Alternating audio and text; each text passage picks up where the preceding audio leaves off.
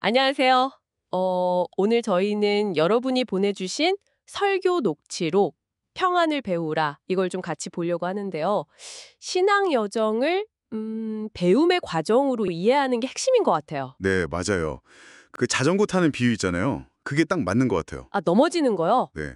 처음부터 잘 타는 사람 없죠? 근데 중요한 건 넘어져도 뭐랄까 포기하지 않고 다시 시도하는 거잖아요. 그런 사람이 결국 배우게 되는 것처럼 음, 신앙 여정에서의 어려움이나 실수 같은 것도 하나님을 더 깊이 알아가는 그런 계기가 된다는 거죠. 흥미로운 관점이네요. 근데 자료에서도 이 배움이 쉽지만은 않다고 하더라고요. 우리가 본능적으로 좀 편한 걸 좋아하고 또 내 생각, 내 방식을 고집하려는 그런 경향이 있잖아요. 네, 있죠. 그게 어쩌면 배움을 가로막는 가장 큰 걸림돌일 수도 있어요. 그렇죠. 그래서 진짜 배움은 내가 틀렸을 수도 있겠다. 이걸 인정하는 데서 시작되는 것 같아요. 내 한계를 알고 특히 성령님을 그냥 내 문제 해결사 이렇게 보는 게 아니라 우리를 가르치시는 분으로 의지할 때 그때 진짜 배움이 시작되는 거죠. 아, 단순히 복받고 문제 해결되는 거랑은 정말 다른 차원이네요. 네, 완전히 다르죠. 그럼 그 배움의 구체적인 모습들 한번 파헤쳐 보죠. 첫 번째로 그 어려움. 어려움을 어떻게 배움의 기회로 삼을 수 있을까요?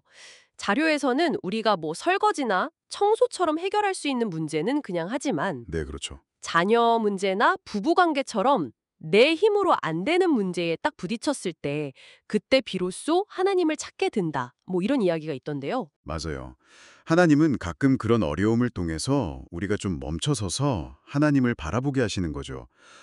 지금 내 힘으로는 안 되는구나. 하나님의 뜻은 뭘까? 이렇게 묻도록요. 아, 벌이 아니라 배움의 기회로 보라는 거군요. 네. 왜 나한테만 이런 일이 생기지? 이 생각에서 이걸 통해 뭘 배우길 원하실까? 이렇게 질문이 바뀌는 거죠. 성령님 역할에 대한 설명도 좀 인상 깊었어요. 우리가 뭐 명령하면 뭐 기적 보여주는 무슨 포켓몬? 자료에선 그렇게 비유했던데 그런 존재가 아니라는 거요. 네, 그 비유가 재밌죠. 성령님은 우리 안에 계시면서 우리를 가르치시는 게 주된 역할이거든요. 복음을 깨닫게 하시고 또 예수님이 하신 말씀을 생각나게 하시고 생각나게 하신다. 네, 스스로 생각하고 또 말씀 앞에서 내 생각이나 고집을 좀 내려놓도록 도와주시는 거죠. 대신 결정해 주시는 게 아니고요. 아, 이 부분을 삼위일체 하나님의 전체 사역 안에서 보니까 더 명확해지는 것 같아요. 그러니까 성부 하나님은 우리를 향한 뜻, 우리가 그분의 영광이 되길 바라는 뜻을 가지고 계시고 네, 우리가 하나님을 알고 기뻐하는 삶이요. 그리고 성자 예수님은 십자가로 그 하나님과의 깨진 관계를 회복시켜서 우리를 그냥 예배자가 아니라 자녀로 만들어주셨고요. 그렇죠. 예수님이 다 이루셨다 하신 게 바로 그 구원의 길을 완성하셨다는 거니까요. 네. 그리고 이제 성령님은 구원받은 우리가 그 자녀답게 살도록, 그러니까 삶 속에서 하나님을 경험하고 그걸 나눌 수 있는 그런 실력 있는 증인이 되도록 우리 안에서 계속 가르치고 인도하시는 거죠. 실력 있는 증인. 그 표현 좋네요. 그렇다면 우리가 흔히 갖는 기대 있잖아요. 뭐 복음 믿었으니까 이제 다 잘 풀릴 거야. 이런 거요. 이런 건 좀 버려야겠네요. 네, 그런 기대는 오히려 신앙 성장에 방해가 될 수 있어요.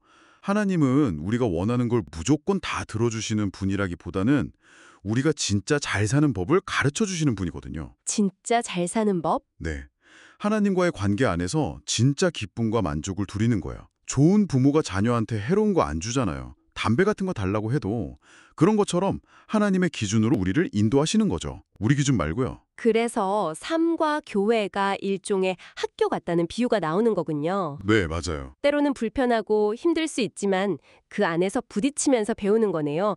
나와 다른 사람들이랑 관계 맺으면서 내 모난 부분이 드러나고 깨지는 과정이 꼭 필요하다는 거죠. 그렇죠. 편한 것만이 좋은 건 아니잖아요. 운동하는 것보다 누워있는 게 편하지만 건강에는 안 좋듯이요. 신앙 성장에도 이런 노력이 필요한 거죠.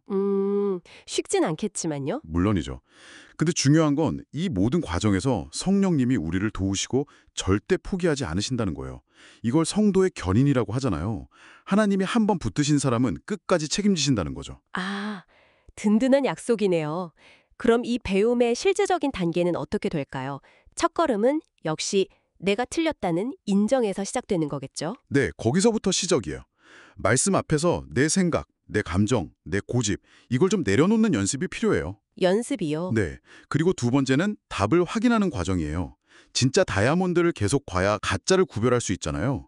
그런 것처럼 하나님의 말씀이라는 그 정답을 계속 접하면서 세상의 거짓된 생각이나 내 안의 상처 같은 것들을 분별하는 힘을 길러야 해요. 꾸준히 말씀을 봐야겠네요. 그렇죠. 그리고 마지막은 반복이에요. 넘어져도 다시 자전거 타는 것처럼요. 실패하고 넘어져도 포기하지 않고 계속 하나님 의지하면서 나아가는 것. 그 과정 자체가 성숙으로 가는 길인 거죠. 내 연약함을 깨달을수록 더 성령님을 의지하게 되고요. 마지막으로 다뤄진 그 놋뱀 이야기도 참 의미심장했어요. 이스라엘 백성이 원망한 게 그냥 불평이 아니라 하나님의 선하심 자체를 불신한 거였다는 점. 네, 그게 핵심이었죠. 그래서 불뱀 사건은 그 죄의 결과이면서 동시에 구원의 길, 그러니까 장대에 달린 놋뱀을 바라보는 것, 이걸 보여준 거잖아요. 치료제 자체가 중요한 게 아니라 하나님의 말씀을 믿고 순종하는 그 행위, 그게 중요했다는 분석이 참 와닿았어요. 맞아요. 이게 오늘날 우리에게도 똑같이 적용되는 것 같아요. 문제 자체에만 막 파묻히는 게 아니라 그 문제 속에서 하나님이 우리에게 뭘 보라고 하시는지, 즉 예수님의 십자가, 하나님의 은혜, 이걸 바라보고 신뢰하는 태도가 중요하다는 거죠.